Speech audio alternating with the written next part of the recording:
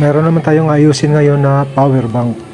Itong mga loads, itong power bank na to ay mayroon din siyang fan. Yung problema nito mga loads ay yung pindutan sira na, kaya hindi na siya ma-on. So ngayon pinaayos to sa akin ng kasama ko dito sa trabaho. So sabi niya kung pwede daw ayusin ko to kung kaya pang maayos. So ngayon mga loads, tumitingin ako ngayon ng mga pwedeng ipalit ko dito sa power switch.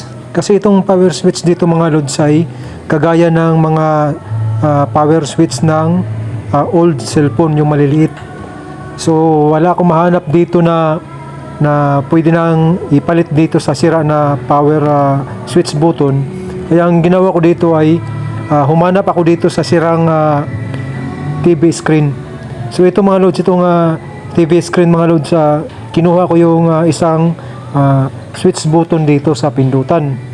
So yun ang ilalagay ko doon para yun ang maging power switch doon sa power bank. So ayan mga loads, tatanggalin ko to yung power switch button at saka ilalagay ko yan dito sa power bank.